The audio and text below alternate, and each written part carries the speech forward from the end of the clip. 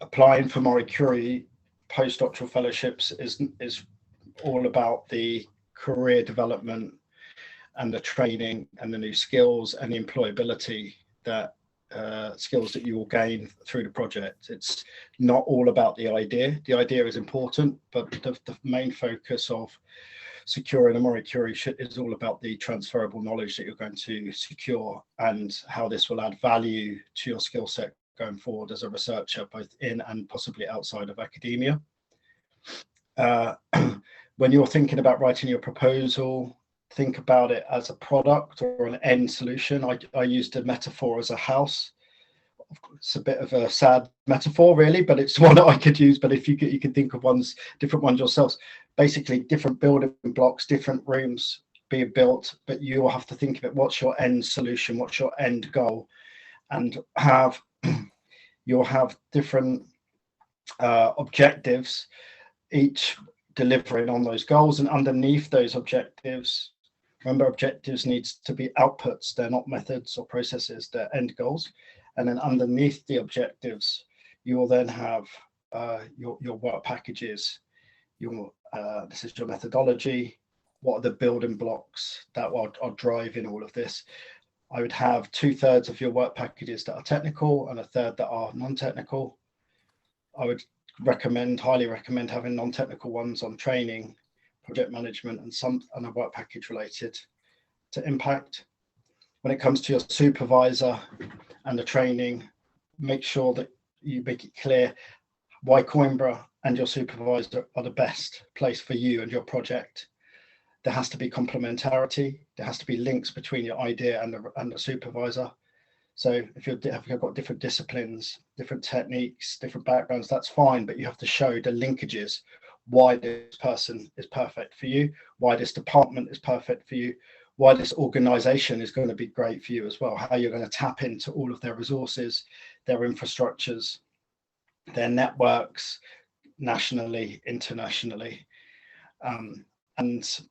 Then on the last part, 1.4, you have to show basically what you've done today, just a summary really of how your background and expertise is well positioned for the project that you're proposing, how it's well suited.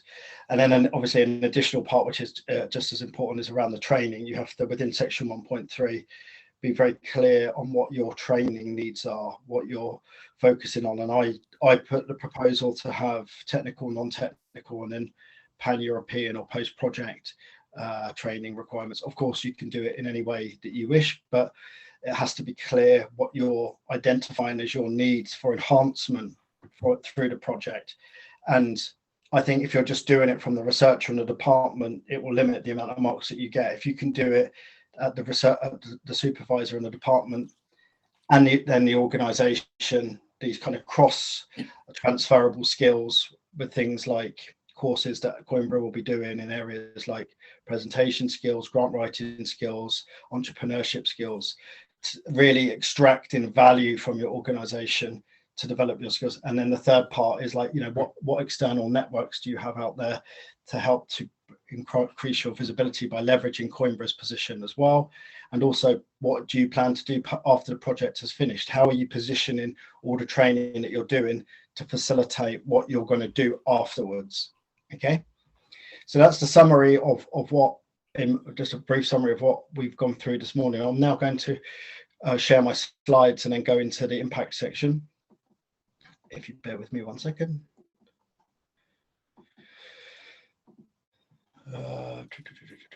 Can you see my slides? Can I just check? Yes. Okay, great. Thank you. So there are 2 more sections to go through for the proposal template. Section 1 is the excellence section. And actually, when you look at the excellence section, it can be deceiving because you think, oh, section 1, it's all about excellence and the idea. But actually, when you break it down into the 4 parts of section 1, actually only one part, and a part of 1.1 and 1.2 is about the idea. So 1.3 is about the supervision and the training, and 1.4 is about the your skills and track record to date. If we go into section 2, which is impact, so remember the amount of evaluation scores that you're going to get for each section. So for section 1, it's 50%, and you want to allocate about 6 pages, 6.5 pages to this section. For impact, it's 30%, and I would estimate around about 1.5 pages to 2 pages for this section. Probably normally about 2 pages. And it's broken down into these areas, really, which I've highlighted here. So remember when we go, if I go back to this section, which was 1.4. So 1.4 was talking about your experience to date, your background, your CV, and you're doing it at a high level, because remember, your CV will be in part B2. When we go into the next section, section 2.1, this is looking at your career and your expected track record going forward. So 1.4 is looking backwards and showcasing what you've done to date.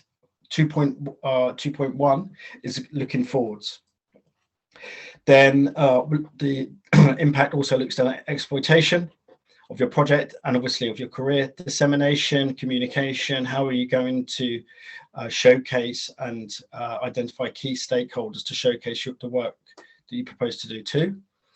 Also, you need to, this is a new part of the Horizon Europe template, which is they want you to try, it is quite tricky actually, they want you to try to demonstrate how your project is contributing to the EU's global and societal impacts, so their societal challenges. And then there's a bit about communication and open science and open access, and I'll go through these each point by point. And as always, if you have any questions whilst I'm going through any of these points, please just shout, and I'll just rely on someone to put their hand up, or sorry, to speak with because I can't see the bot, so I can't see the chat box at the moment. So here's section 2.1. So you need to, it's about half a page or so, where you would need to explain what you're going to do, how this fellowship is going to accelerate your career. What goals is it going to help you deliver on? What new skills are you expecting to acquire? How will they be transferable outside of your discipline, possibly outside of your sector, so non-academic? What sort of new experiences and secondments and contacts are you looking to build? And what techniques are you going to be creating that will make you more employable or entrepreneurial? And I think the commission, the evaluators always like to see there's a vision of ambition or aspiration for researchers to go beyond academia with the work that they're doing. So how can the work that they're doing, how can it be translated into the non-academic field? How can people benefit and all stakeholders benefit from the work that you're doing outside of academia, the societal and economic impacts that you're going to be delivering? So here you want to be talking about enhancing the potential and future career prospects of you as a researcher. And as I said, this follows on from the previous section. Sorry, somebody, if we could just remind people to put all of their microphones on mute, please. Thank you. And basically this section 2.1 is broken down essentially into these two parts, which is the expected skill development of you as a researcher. So what are you going to acquire through this program? What skills or new knowledge are you going to acquire from your supervisor, from your project, from the research you're doing, from working with the other people in the department or across the organization? What additional skills are you going to gain during this fellowship? So that's the first part. And then the second part is the expected impact of the proposed researcher's career perspective. So how will this impact on your career inside and outside of academia? And my suggestion for this section, as I said, it's about half a page. I would split it into two parts and have them in bold for each area. So expected skill development of the researcher or of the fellow, and expected impact of the proposed researcher's career perspectives, and just split the text among these. and just going through each area individually. Then going on to section 2.2, this is then talking about dissemination, communication, and exploitation. So just to be clear what these terms mean, it's important to understand them in the context of European funding. So communication is broad communication of the work that you're doing to society. So, you know, press releases, blogs, websites, social media, open access, open source communications, broad, not very targeted promotional work of your project. So that's communication. Dissemination is targeted communication. So key stakeholders, high impact stakeholders. So potential end users, investors. If you're presenting at a high level conference, academic conference, if you're going to specific events where there's very targeted people and stakeholders at that event that you're going to connect with and you're going to be able to promote your work to. So this is dissemination. And then exploitation is how are you going to ensure that the work or the know-how that you're creating is going to be used? How are people and organizations and stakeholders going to benefit from the work and know-how that you're creating? And these are 3 blocks of the impact section for section 2.2. And you have to address each one individually and show how you're thinking strategically about how you're going to communicate to each of these basically stakeholders. And the way that I would propose to do this, which has worked well for previous applications, is maybe to have a table, and you would have basically in the table, who are your stakeholders, why are they important, how will you disseminate or communicate to these groups, and then what impact will this have? And this will help you to basically address each of these criterias and specifically target each of those groups. With exploitation, so section 2.2, what you need to do is think about who is going to benefit from the work that you're producing, the know-how that you're creating. If your project is technology focused, or if there is an element that requires some kind of protection in terms of IP management or innovation management, as I mentioned in the earlier session, I would have my recommendation would be to have a work package specifically dedicated to innovation management. But one of the things that you should also consider doing, which would help with regards to section 1.3, which is your training that you're going to get and the supervision you're going to get, is if you use the infrastructure and facilities of your host to help support you and the exploitation plans that you have in your project. So you don't need to be an expert in technology transfer. With all due respect, this is highly likely not going to be your area of expertise, but your university, your host organization will have expertise within the organization that specializes in this. So if you are doing some form of exploitation, particularly if you're doing some sort of technology transfer or IP management, then I would highly recommend having in a work package dedicated to innovation management. And I would also say that you're going to work with the technology transfer office or equivalent name at Coimbra University to help you to manage the IP, to prepare a business plan or a go-to-market plan during the implementation of the project. And this will also get you marks by showing that you're extracting value from your organization, that your organization has credibility in this area, and that you're going to get professional support and training, which is going to be transferable skills for you in post fellowship as well. This is like an example here, which I'd like to share on section 2.2. So you have here on down the left hand side, these are like dissemination aspects.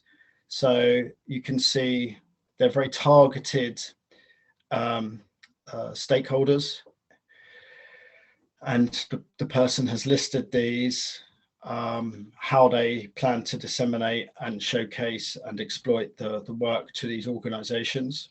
And this is down the left hand side. So this is basically dealing with dissemination, this area. And then here on the right hand side, this is more communication. So more public talk workshops, science fairs and visits to high schools for students, social media, website and online shows. This is very much open source, open access, open to the world approaches to communication, which you need to include. And here, this is much more targeted, focused groups. And the person's identified who those stakeholders are and how they will target them. Ideally, what you would like to put in here as well, which is sometimes quite difficult, is what is the expected impact of these? What do you expect to happen as a result? And this is something I would have pushed a little bit more with this applicant to have, if you really want to get the full marks here, is they've identified the method of communication, who the stakeholders are, how they will reach out, but then also what is the expected impact? How will you measure this and make sure that it's all on track? And then at the bottom here, the person has spoken a bit about the strategy for management of intellectual property, how the protection of IP will be undertaken by working in consultation with their technology transfer office. So the person is not presenting themselves to be a technology transfer specialist, but they're saying their university, their host, does have an office that specializes in this, and they expect a plan to tap into their expertise to help them build this plan. Does anyone have any questions on this section, or section 2.1 or 2.2?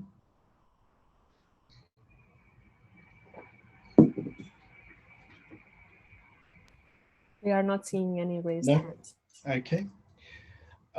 So then moving on to section 2.3.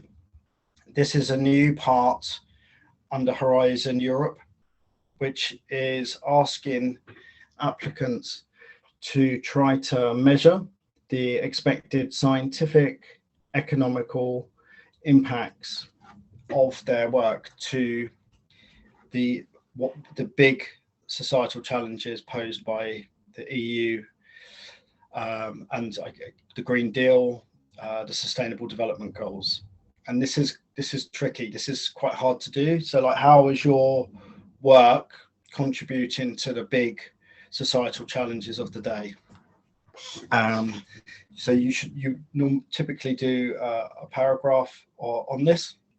And again, a table here you could use as well by identifying the scientific impacts and the economical impacts, and then trying ideally to substantiate any comments with expected statistics of what do you expect your project, how do you expect your project to contribute to these big challenges. And it's very, very hard to do, to be honest, because, if you're doing we have the climate or COVID or cancer, and then we have, a fellowship project. It's very hard to link the impact that your project will be having to such big societal challenges. But if you could say, if you're saying that the work and the impacts that you're delivering, how many people do you expect to, if you're reaching out through dissemination and communication, how many people or stakeholders do you expect to reach in that given field? How many events will you be going to where you'll be able to showcase the work? Will you be creating any patents or IP that could be used by companies or organizations who are addressing these societal challenges? So it's approaches like that I would recommend doing. But I appreciate this is a section that I think applicants are finding very difficult to do, and it's a new part of Horizon Europe. It wasn't there under Horizon 2020.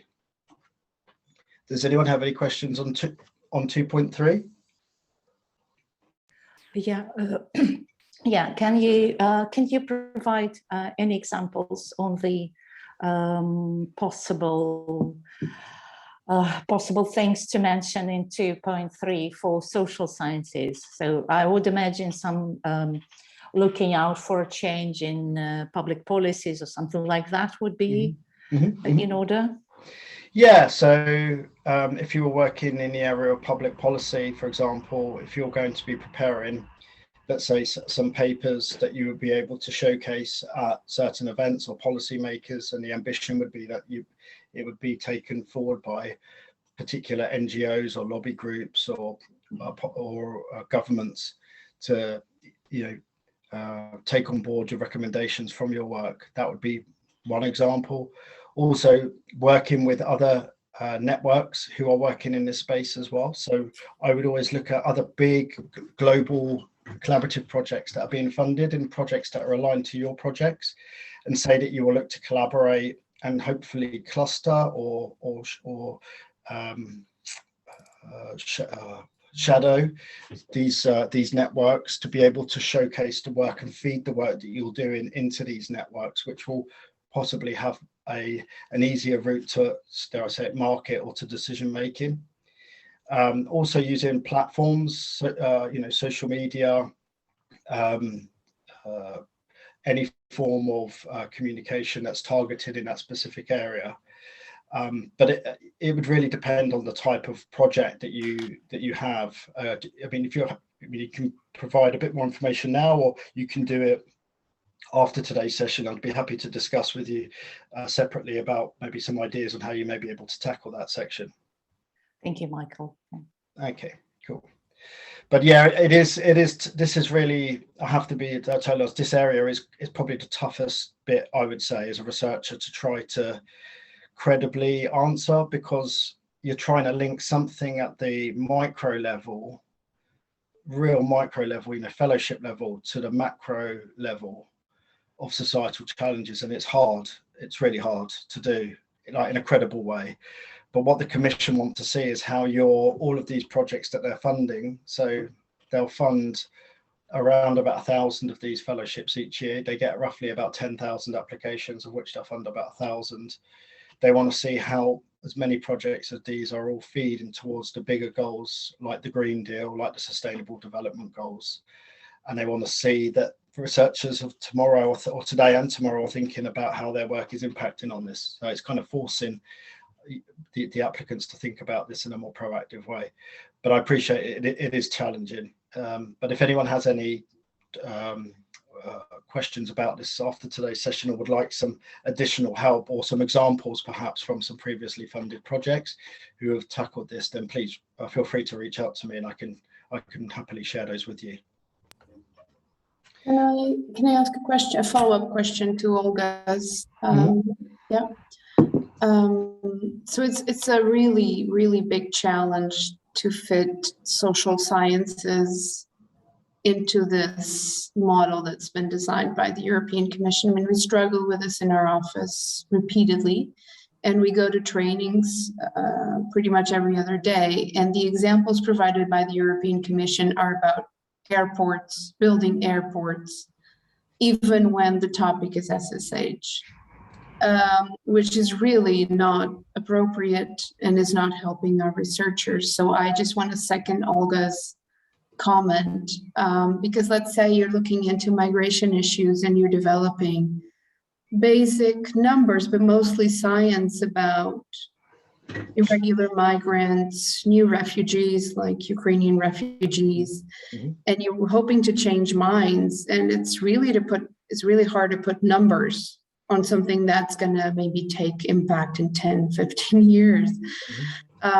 So any examples you can provide us, successful examples on how to do this correctly, please send to our office and we'll share it across campus. I know you're putting yourself out there and telling people that you'll address every specific question, but also if you just want to give it to our office, to Natasha and Shiva, we'll make sure everybody gets it. And the impact on the UC will be much larger. And on SSH, it's just basically a really, really big challenge to create these tables. Yeah, I appreciate that. I think the projects that I've seen that have been funded, a lot of the high level number of projects that I've seen funded from SSH are the ones that are, you know, an academic or researcher coming from an SSH background or discipline and then have gone into another discipline area, quite often a technology area. Like you used the example of migration and modeling. So an example would be, you know, coming from a background of maybe migration or economics, and then like using advanced technology tools, building tools that can monitor, you know, migration levels around, for example, Ukraine, like as you've mentioned, and then showing the impact that also in how novel this approach can be, and the impact of this knowledge could have on policy making going forward. I mean, that is a very that could be a viable project for sure. I just think where the challenge with social sciences is when, you know, it's when they stay within their own discipline, and it's, I'm not saying they cannot be funded, they can, but it is increasingly difficult. I'm just seeing the projects that get funded from SSH are ones when SSH people are they've come from a traditional SSH background, and then they're going into applying another discipline that will help to create a sub-discipline or advance their area of research. And you know, quite a lot of the stuff I've seen is, you know, SSH applied with tech, with computer science, machine learning, AI, that sort of stuff. And these are the sorts of projects that I'd see quite often receiving the funding. But I can share with you definitely some examples particularly from this section on SSH for you to share internally among your this year's candidates. If you could just obviously make sure that dissemination is kept within Coimbra, then I've no problem sharing that on kind of across the portfolio of people that we have from this year's cohort. No problem at all. Yeah, we will do that. Just to make it clear, it feels like the standard's different. You know, if you're moving from chemistry to physics, that's okay. But if you're moving from literature to sociology, then that's not enough. And that's just a really big challenge for our researchers. Yeah, I appreciate that. I mean, if anyone here today or after today would like to just talk a bit about their idea and whether they feel any ideas or tips on how to modify or refine it, then just a general concept, I'd be happy to do that as well. I appreciate it. It's very, very difficult, particularly if it's people, because they say interdisciplinary. So if you're moving from one SSH subject to another SSH subject, on paper that should be okay, but actually when you look at the stats, it doesn't show that in the same respect. But I'd be very happy to speak to individuals to look at their concepts and the way they're pitching their idea and give some feedback on that if anyone is interested. It's an open offer. Thank you. Okay, cool. Is there any other questions? Yes, there is a question in the chat box, which is, can the magnitude and importance of the project be in the long term? Can the MasterClass fellow serve as a part of a bigger project that will reach full magnitude once implemented after several years? Absolutely. And I think this is typically all of this area here is pretty much medium to long term. We're not expecting projects to solve climate change or these big societal challenges that we are facing as a world across the globe. This is more kind of forward thinking, medium to long term, 5, 10, 15 years time. How is the work that you're doing now and going forward contributing to these bigger challenges that we're facing? It needs to be framed in that respect. Yeah. And also, can you refer to the UN Sustainable Development Goals? Absolutely. A Green Deal as well is a really big policy driver from the European Commission. And if you have a look at the policy, I think it's important to reference these as well in section 2.3 and try to align the work that you're doing to whatever goal or Green Deal or policy driver that's being set to ensure that there's complementarity there. Okay, does anyone else have any other questions? No. Okay, so that's section 2.1, 2.2, 2.3. So impact, just so, sorry, going the wrong way. We can now move on to section 3, which is the management side. So section 2, just to highlight, is impact. Section 2.1 is looking at your research career going forward. How is this project going to really advance your career? How are you going to gain high-level new skills, transferable skills, which you're going to be able to transfer and take forward post-project? So that's looking into the future. Section 2.2 is looking at dissemination, communication, and exploitation. My suggestion is to put these areas to formulate this section into some form of table where you have your different stakeholders and, as I said, who, what, why, and how. But obviously you can do that as you see fit. But the applicant and the example that I used is where the person has done communication on one side, dissemination on one side and communication on the other. And then underneath, they've also presented the way that they will approach the exploitation, which will be to build an innovation management plan. So section 2.2 is about communication, dissemination, and exploitation. And then section 2.3 is looking forward for your project during and after the project has been delivered on how the work that you're doing is contributing to the big ticket items of today, or an item of today. It doesn't have to be multiple societal challenges. So you have to think about what you're doing at the micro level, how is it connecting to the macro level challenges that we're facing. And I think when doing that, you should be mindful of and link it to the big policy drivers that are being implemented by, by the European Union, also by the UN, and organizations like that across the globe. So Sustainable Development Goals and the Green Deal are very good examples to link your work to. Okay, so moving on to section 3. This is the implementation side. So this is management. I would recommend having about 1.5 to 2 pages on this section. This is 20% of the mark.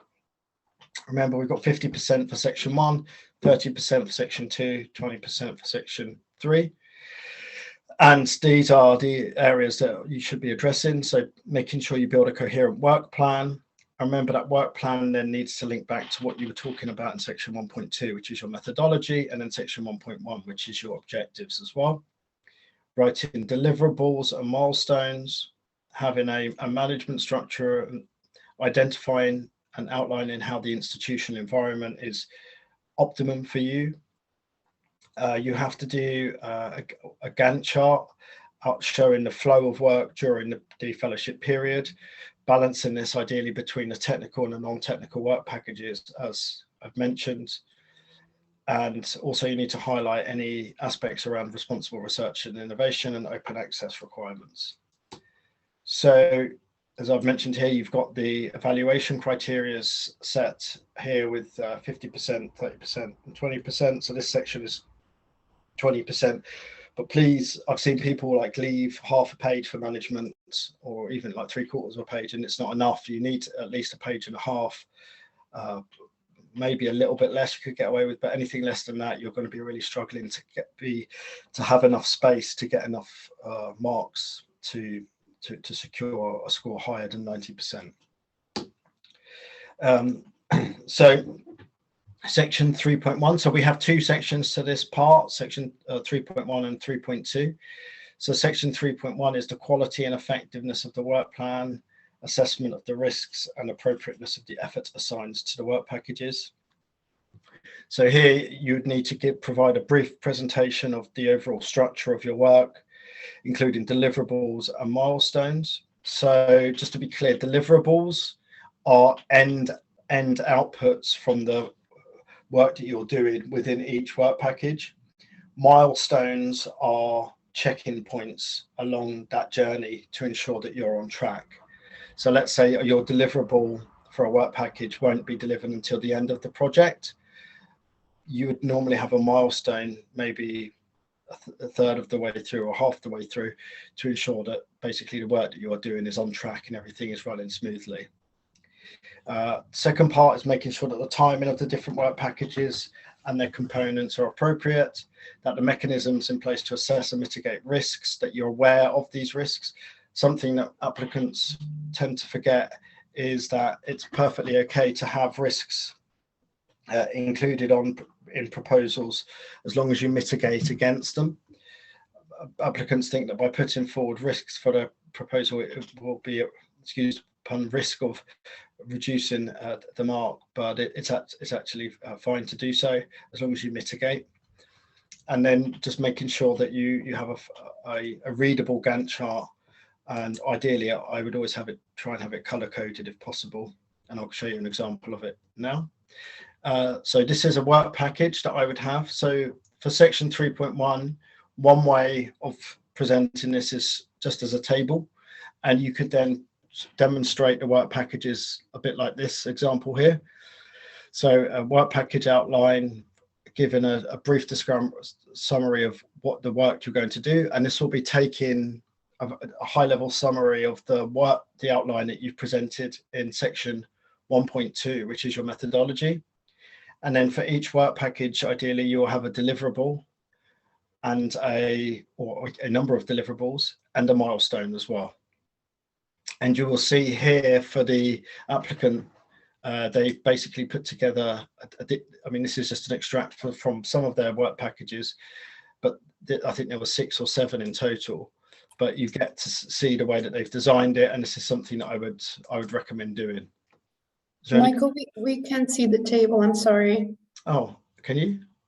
Oh, now it is visible. Can you just leave it for yeah. So we can look at it?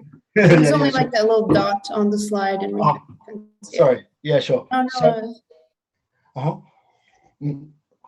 So this is an example of a table that I would use, and I would have this pretty much as 3.1, going through highlighting or summarizing each work package. And remember in section 1.2 that we went through earlier, the methodology section, do you remember each component, we were doing a paragraph on each work package.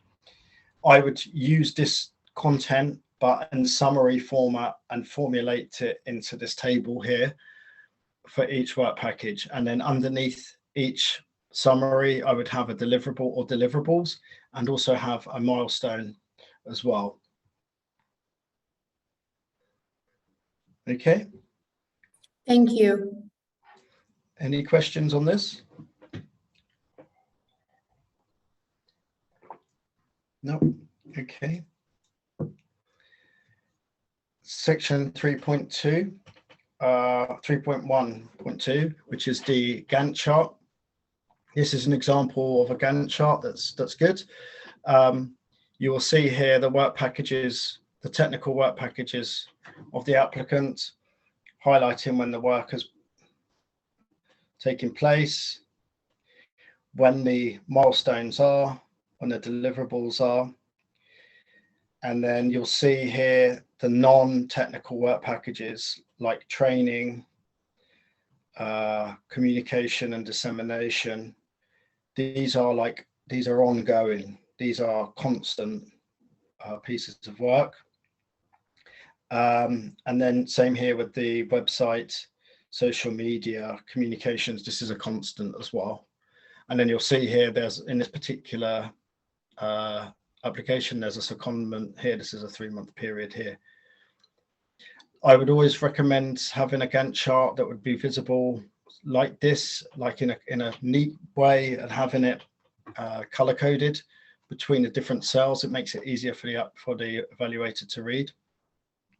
And I would split the work packages, technical work packages, and then underneath non-technical, like the applicant has done here. And then you can see here the flow of work happening throughout the fellowship. And then this work here should then correlate with the table of work here in the work packages. And then all of it should link back to section 1.2, which is the methodology. And all of the work in the methodology, each of the work packages should be referenced back to the objectives, which are in the introduction 1.1. Sorry, could you clarify the first 2 rows of the table? For this one? Yes. Yeah, so this was the first 2 here. So NCSU and ITU, and then the numbers are. This is the organization. So they on this particular fellowship, they were going to a US organization. So this is the US outgoing fellowship, and then this was their return phase. But this is an example. For most of your fellowships, it will be 24 months, I'd imagine. You're not, unless there are any, I'm not sure if there are any global fellowship applications here today. Yes, actually we have one. Okay, cool. So yeah, this is a global fellowship example, but it's the structure of it is the same really. It's just identifying each work package very clearly down the side here, work ongoing from the start, then the milestones kick in at 1.1, 1.2, then work package 2 doesn't really start until month 7, work package 3 doesn't start until month 13. Then you'll see here the cross-cutting areas like the secondments and the communication and the training, how this all flows in as well. But obviously how you structure this depends on how many work packages each person has. But this is a good example of a Gantt chart. It's color coded, it's easy to read, and you can see quite clearly the flow of work. And these milestones, deliverables, link in with this overview, which would be the table above it, highlighting in a bit more detail each work package. And then the work packages this section here on the work packages should be a summary effectively of the detail that you provided in 1.2, which is around the methodology. And then the methodology should be linking back to the objectives. Which work package is working towards which objective, which is the overall goals of the project. So we have one more question, which is: are there any visualization formats that are not that are to be avoided or that won't be considered?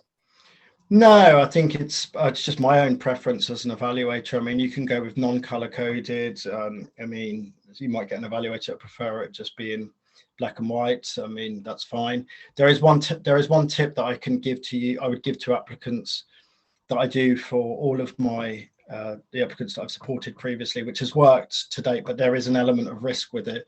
So please take it at your own risk, which is there is a font required. I think it's font. I'll go through this in a little bit, but I think it's font 11, which is the standard font for the text throughout.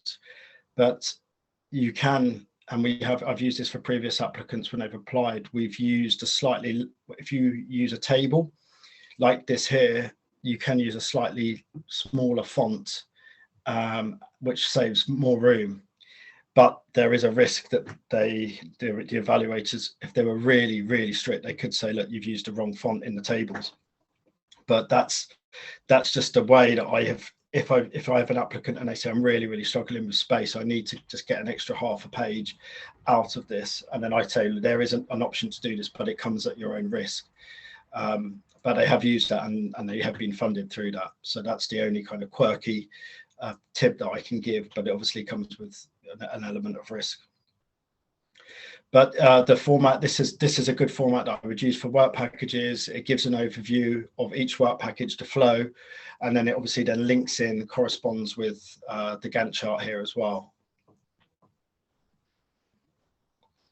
And then section 3.2, which is the final section for the proposal template, is when you need to talk about the quality and capacity of the host institution and participating organization. So this is the bit where you have to talk about Coimbra, really. Why is Coimbra, or if you're a global fellow, why is the organization that you've identified perfect for you? So you have to talk about its capacity, its credibility, its track record. You should have some text available maybe from your organization that you can use or tweak, but you should customize this always to your application, and talk about it also at the departmental and faculty level as well.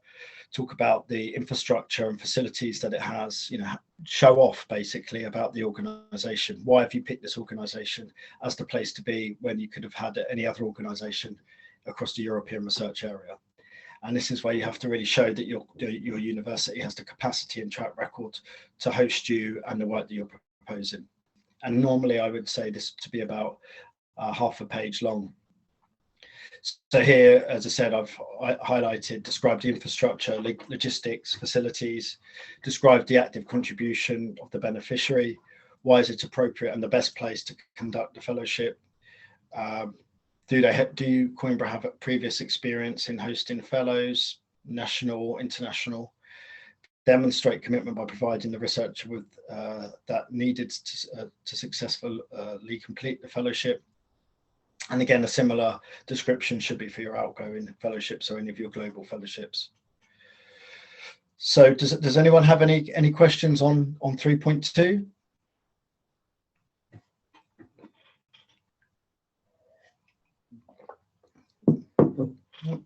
So just to summarize, section 3, 3.1, 3.2, this should be about a page and a half.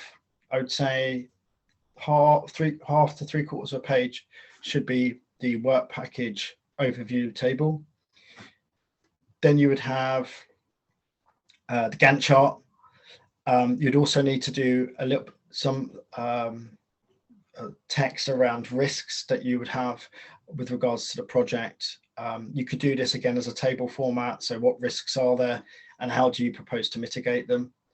But it's important to identify some. 2 to 4 risks is normally something that we typically aim at. And then moving then on to section 3.2, which is the quality and capacity of the host. So this is really talking about the quality of Coimbra or your host organization if you're going outside Coimbra. I suggest around about half a page on this section by sort of really customizing maybe some text you already have in-house for this to make it appropriate for your proposal. Just demonstrating the track record and quality of the hosted organization. Does anyone have any questions on sections 2 or 3?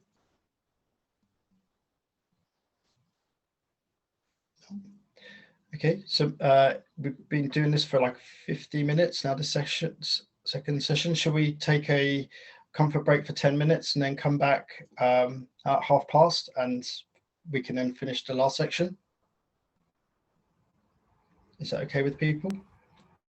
Perfect. Yeah.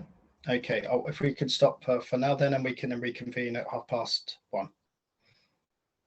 And if anyone has any questions in the meantime, please feel free to share. Okay. See you in a bit. Cheers.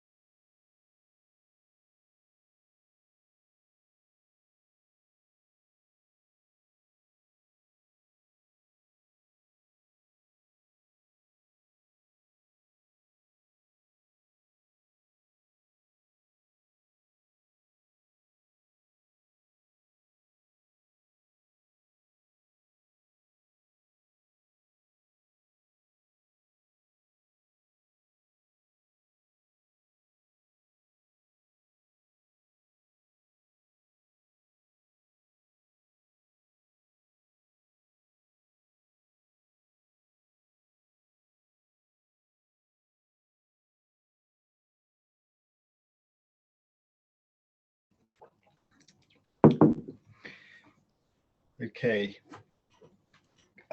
So welcome back, everyone. So this will be the final part for today's session, where we'll be looking at B2, which is they call it the non-technical part of the application, but it's still technical. But just to go through what you need to do to complete that, because this is also, you need to have it fully completed in order for your proposal to be eligible, and also to be mindful of things of how the funding is structured, and also making sure that you follow the set procedures within your organization when applying, to make sure that your research office is aware of and supports your application.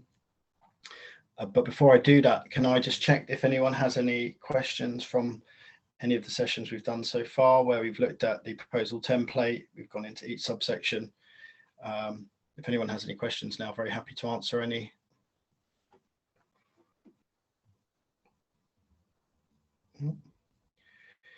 Okay, so yeah, just on the technical side, good luck to everyone in writing your proposal. As I said before, if you need any help or have any follow-up questions regarding framing the technical side, then please feel free to reach out. Also, if you want to look at some successful applications as well, please feel free to email me direct, and we can look at those on a case-by-case basis. And yeah, good luck writing that side of the proposal. Please do start to write and prepare the proposal as soon as possible. I think deadline's like mid-September, so you've got just around about 2 months, which is about the right amount of time to start, but you'll have to start soon if you haven't already done so. Which is the part B. Let me have a look. Share. I'll just check that we have my up and running. Can you see my screen? Yes. Okay, cool. So part B1 is the proposal template. This is all the 3 sections that we've gone through this morning: excellence, impact, implementation. This is what you're going to be evaluated on.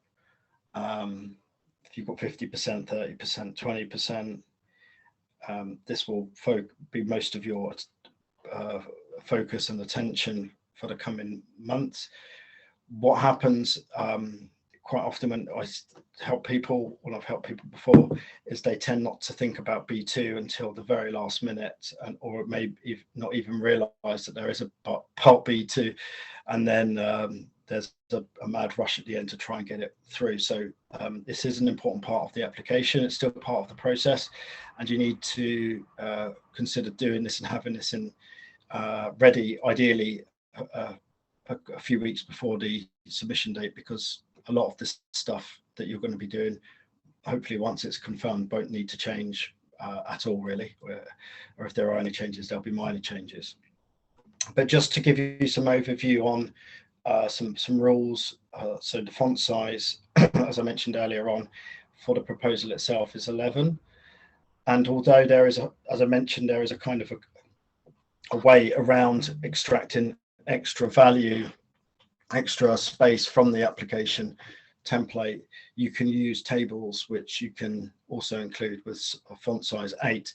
So I wouldn't use this extensively throughout the proposal. If you need extra space, you know, like if, for example, if all of your, on each page you have a table with a size 8 font, then it will probably be picked up by the evaluators. But if you're using size 8 font or size 9 font for some of the tables, I think it's okay. But there could be a risk that an evaluator could say, actually, you've not used the correct font for extended text. So I've not come across this before, but I'm just flagging it as a potential risk. I've always done this to my applicants who I've supported, and they've used this technique before, and we've never had a problem. So I'm just sharing this this tip with you, should you wish to use it.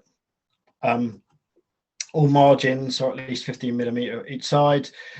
Footnotes for references, and information provided through hyperlinks will be disregarded, but you can have references to personal bio pages. I think I mentioned this earlier on. So having links in there is absolutely fine. I mean, they say that some of them will be disregarded. Sometimes the evaluators will click on them just to have a look anyway, but they're not asked to do so. So including hyperlinks is absolutely fine in the proposal.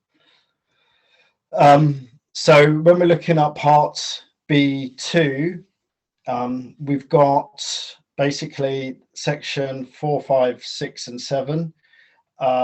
We've got the CV of the fellow. It's the indicative page limit is around, I think it's 5 pages. The capacities of the participating organisation. So do you remember the section that we've just completed on the section 3.2 where we had to talk about Coimbra or the host organisation? This is basically an extension of this, a bit more detail. And if you look at the CV as well, like section 4, the CV of the fellow, this is effectively an extension of 1.4 as well, from the proposal template. Ethics, this is more like where you're required to answer some questions, yes or no, and then also provide a bit more information if you're working in any specific fields that are quite sensitive, I guess, like security or cell biology, stem cell biology, but you're not required at this stage to get or to seek any or submit any formal ethical approvals. The ethical submission at this stage is only required to act as a filter. Should your proposal get funded, it will then be sent to a department where, if you have answered a number of questions in a certain way, you will then be required to submit the appropriate level of ethical documentation. And then the final point here is a letter of commitment. So this is only required if you're doing a global fellowship. But please note that, and this is something that people forget as well, if you're doing a secondment in a non-academic organisation, then you would need a letter of support from that organisation to confirm that they are hosting you. Also, if you're doing a secondment outside of the European Union, or associated states, then this is really not desirable. This is something we would suggest not doing. I don't think it's actually eligible. So any secondments that you do, if it's within academia, that's fine. You don't need a letter of commitment. But if it's a secondment to a company, then you would need to provide a letter of support from that. And then for the person today who's applying for the global fellowship, as you probably know already, you'll need a letter of commitment from your host organisation, even if they're academic or non-academic. So these are the 4 components that you need to do when you prepare your proposal and you register it. These set forms will come up as templates, and you need to complete these accordingly and then submit them as a PDF. My strong advice to you is to try and do this as early as possible. Just get it done, get it out the way, then you have it there, and then you can focus all your energy on the technical side, refining and polishing all of the page 10 proposal template that we went through this morning. The worst case you want to be in is, which I've had applicants before, where they're still waiting on a letter of commitment. I've had an applicant before where they're waiting on a letter of commitment for a global fellowship. So they're waiting for a letter from the US, from a university in the US, to be able to add to their application for a deadline that was that afternoon. They managed to get it in the end, but it's, strong advice, and more of the story is don't try not to leave this information, the completion of this information, until the last minute. It's fairly standard stuff, and you don't want it to jeopardize your application. I've put some success rates. I have some here for 2020 as well, but they're roughly the same. Just to put it into perspective, you have the different panels, so chemistry, economics, engineering, environment, and you can see that the success rate is roughly, I mean, there isn't a huge difference between 2 or 3% among all of the thematic panels. This one, the only one where there is a big difference is at the bottom here, which is SE, which is science and enterprise, society and enterprise. So these are secondments that are going to businesses, not to universities.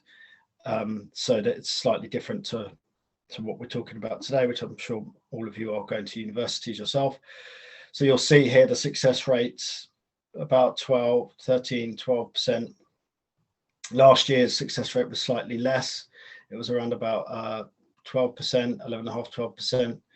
And I think the rough figures are, that rough headline figures are that there's about 10,000 applications going in roughly each year, and around about 1,000 of these are funded, just over 1,000 of these are funded. There will be a side pillar as well of funding allocated for widening. I think is Portugal still under the widening pillar? I'm not sure. Yes. Okay, that's good news for you guys applying. That means there's an additional pot of funding for widening. So it means that in addition to these pillars here, there will be a widening panel pillar, and that success rate is typically a little, that threshold rate is typically lower. So yeah, I've helped a number of people in the last couple of years who were just short of getting funding through the main panel, but then when they moved on to the widening panel, they secured funding. So this is good news for applicants for Coimbra, for Portugal, that you're part of the widening stream going forward. And yeah, here are some success rates for the global fellowships. So slightly, it's higher, around 25%, but still needing to score around about 90% as a score. And I think it's important to remember these scores here, because if you're looking at what we went through earlier on, you know, sections 1, which is 50%, section 2 is 30%, section 3 is 20%. You know, if you get a low mark on it, you might score 100% under section 1, but if you score, you know, 50% under management in the implementation section, you're not going to get funding. So you have to treat each section with just as much care and attention, even though they perhaps aren't weighted in the same way. But it's important to make sure that you get high marks across the board. Just to mention, when you're talking about your application, that these are two cross-cutting areas: open access. How will your project comply with the open access rules of the Commission? They want to see that the projects, the data that's being generated and the knowledge that's being created is going to be, where possible, accessible to all, and that you're going to have a data management plan in place. This was already mentioned when we went through section 1, and it's the same for gender as well. Consider whether and how gender dimension is relevant to your research. Consider gender dimension in project management and networking activities. So just to always remember these two cross-cutting themes, and these should be referenced to and addressed in section 1. So the budget for MarieCurie, some of you may already know this, and the research support staff at Coimbra will know this, it's fixed. So there's no costings that need to be done bottom up. It's a lump sum fixed amount allocated by the Commission. They will have a set amount of funding. I need to check that these figures are still the same ones for this year, but then they apply a coefficient, which is basically a correction factor based on the country that you're based in. And very basically, you've got these three, this is how it would normally work, is that you would have these 3 units that would go in some way to the researcher. This would comprise their salary. And then these 2 components, one, this is like a consumables network management cost. So like, you know, networking and any training costs. And then normally this cost would go to the organization. But I don't know, does anyone from Coimbra, would they like to talk a little bit about this? Because this is also up to the own organization, how they manage this independently.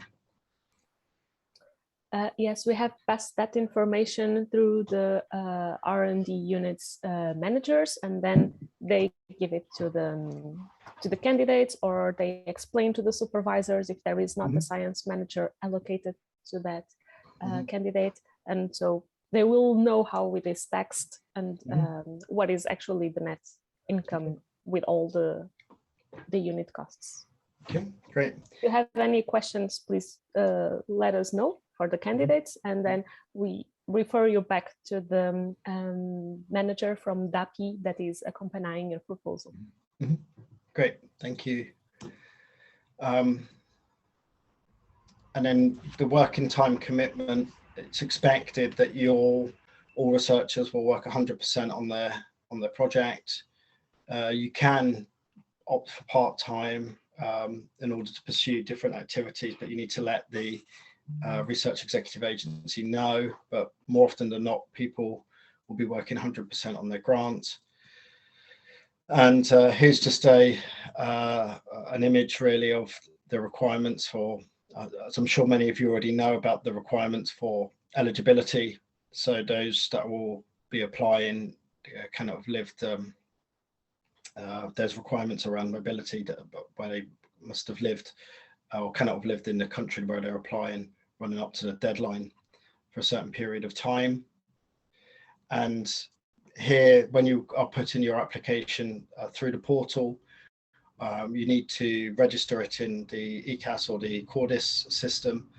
My advice to you, although this is obviously up to your own organization, is that you'd normally need to let your research support office know that you're applying for the proposal, and there would be some kind of internal approval. I don't know at Coimbra, do you have this procedure in place? Yes, we have it, and the deadline is the 29th of July.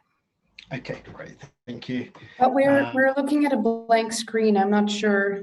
Ah, sorry. Is that come up now? Now it's the funding and tenders portal slide. So we missed the one that you were just talking about. No, that's okay. Yeah. Okay, and that's fine. Okay. So they would put so the deadline for letting the research office know that you will be applying for this will be the end of this month. Is that right? Yes, that's right. Okay, cool. And yeah, this is basically the steps that you'd need to go through when going into the portal. You register the application. You'll need something called a participant identification code. This is a PIC.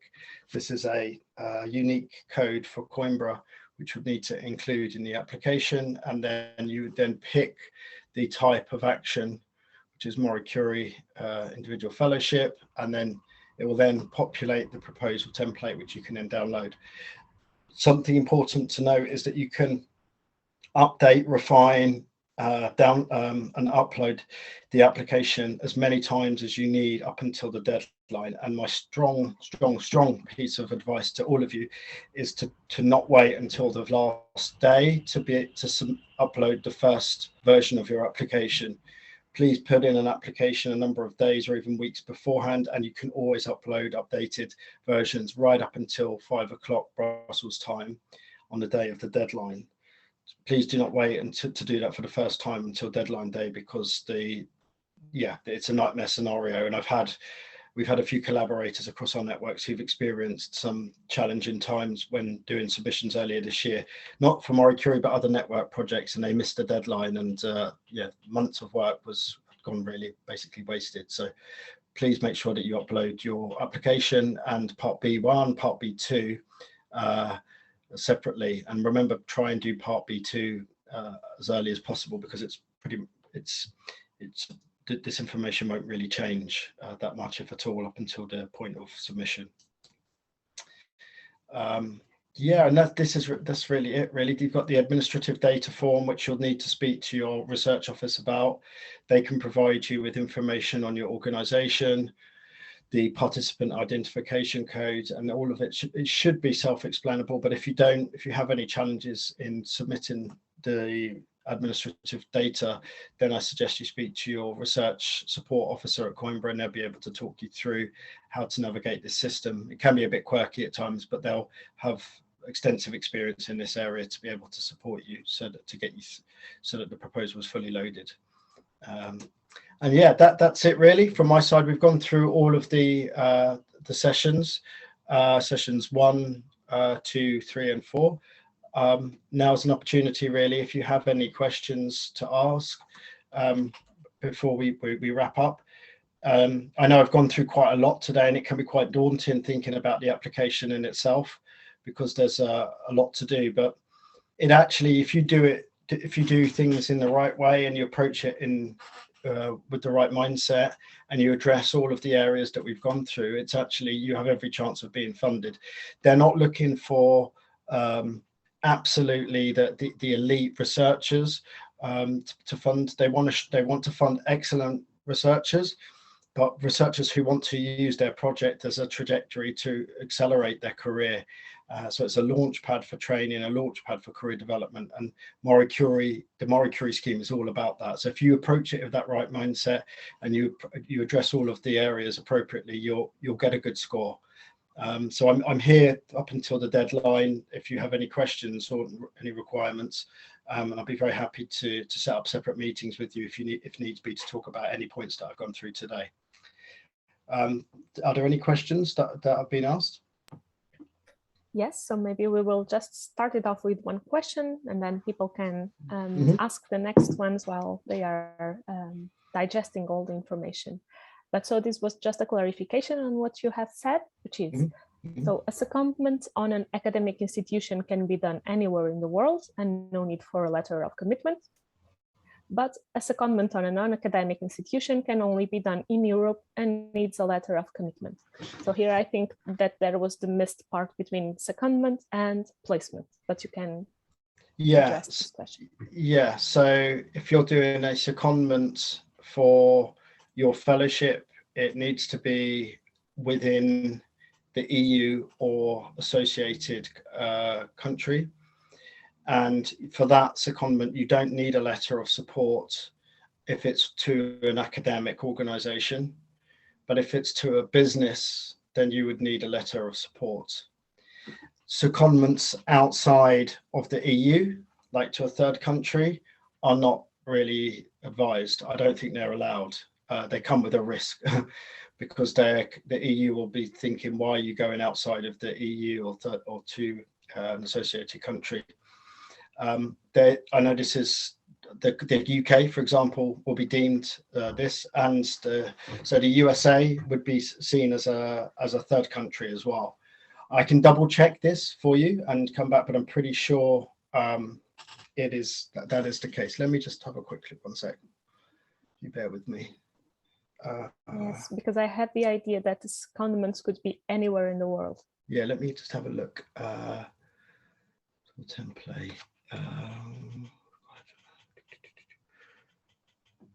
Okay, let's have a look.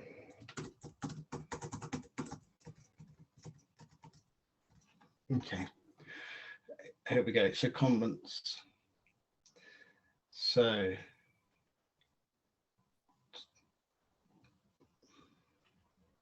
okay.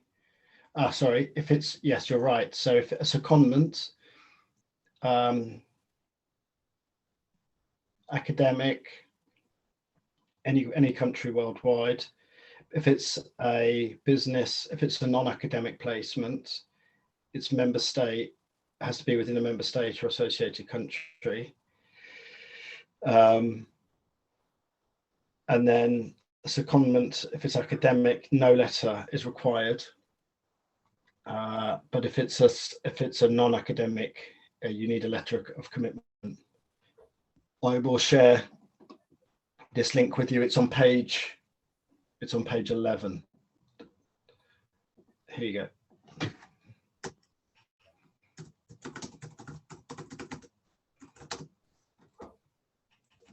Okay. Yes, perfect. Okay, great. Perhaps we can ask OCH, does this answer your questions? Yes, thank you. You also mentioned about associated countries. I always have this question, what are the associated countries?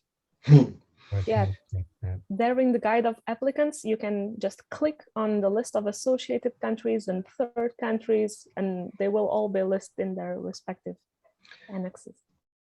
I was waiting for a question there about Brexit there, but it didn't happen. I thought when we talk, normally if it's associated countries, it's in some way linked to the UK. But yeah, there's a list of countries that are associated within the document that have been shared. Are there any other questions?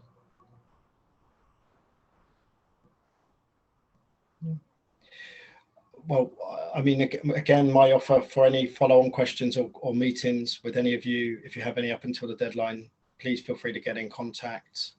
My email address is michael@crowdhelix.com. I will share with you my slides, which you can share internally, and I'll also share with you some examples regarding 2.3 as well that was asked. And yeah, if any of you have any need any additional support in the run up to your application with your research office, then please just reach out, and always happy to help. I wish you all the very best with your application. You know, try and stay positive. It's not impossible to win these. If you approach it in the right way, you have every chance of putting together a strong proposal that will score well, and then you need a little bit of luck.